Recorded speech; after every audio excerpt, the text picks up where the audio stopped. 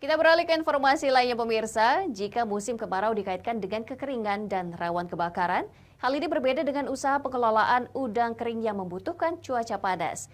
Di wilayah perairan Banyuasin, usaha ini meningkatkan hasil produksi dan cukup menguntungkan.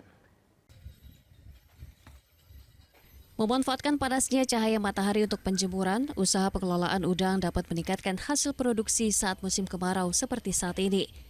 Penjemuran dapat menjadi lebih singkat antara 1 atau 2 hari, lebih cepat dari biasanya sehingga cukup menguntungkan.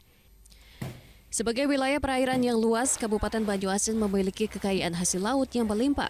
Berbagai jenis olahan dan usaha menggunakan bahan baku hasil laut, termasuk diantaranya udang. Namun udang menjadi salah satu bahan pangan yang sangat mudah rusak dan menjadi busuk. Ebi atau udang kering biasanya digunakan sebagai penambah cita rasa dalam berbagai masakan.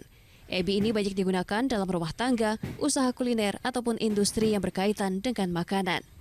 Oleh karena itu, usaha pembuatan ebi ini masih memiliki prospek yang cerah untuk digeluti lebih lanjut. Setelah proses awal dari perebusan, pemisahan kepala dan badan, kemudian penjemuran, ebi harus disimpan di dalam tempat yang tertutup rapat karena bahan kering tersebut masih dapat menyerap uap air dan menjadi basah kembali. Hal ini dapat merusak hasil.